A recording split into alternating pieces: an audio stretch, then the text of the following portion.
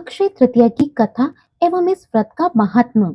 युधिष्ठिर ने जब भगवान श्री कृष्ण से अक्षय तृतीया का महात्म पूछा तो उनने बताया कि अक्षय तृतीया की पावन तिथि में जो पुण्य कर्म किए जाते हैं उसका फल अक्षय होता है।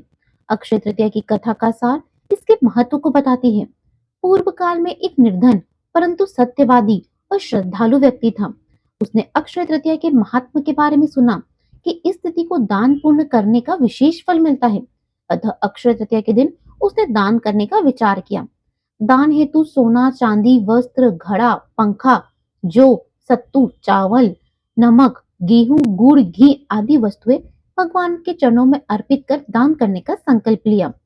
जैसे ही उसकी पत्नी के इस बारे में पता चला कि उसका पति स्वर्ण आदि वस्तुओं का दान हेतु संग्रह कर रहा है, उसकी पत्नी ने पति को रोकने का प्रयास किया। पत्नी ने कहा, अगर वह सब कुछ दान दे देगा तो परिवार का पालन पोषण कैसे होगा। पत्नी की बातों से व्यक्ति जरा भी विचलित नहीं हुआ और अक्षय तृतीया आने पर उसने अपना संकल्प पूर्ण करने के लिए बताई गई रीति रिवाजों का विधिवत दान पूर्ण कर्म संपन्न किया।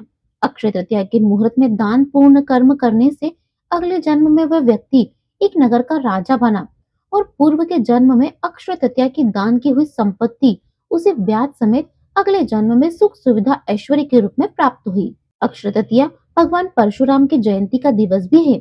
इसको युगादि तिथि भी कहते हैं क्योंकि सतयुग का आरंभ इसी दिन से हुआ था। इस दिन महिलाएं दसों दिशाओं की शांति व प्रसन्नता व अपने परिवार की खुशहाली के लिए दिशाओं की पूजा करती है।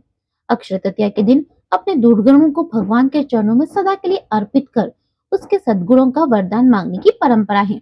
अब तो आप भी समझ गए होंगे कि अक्षय तृतीया पर दान पूर्ण कर्म का विशेष महत्व है।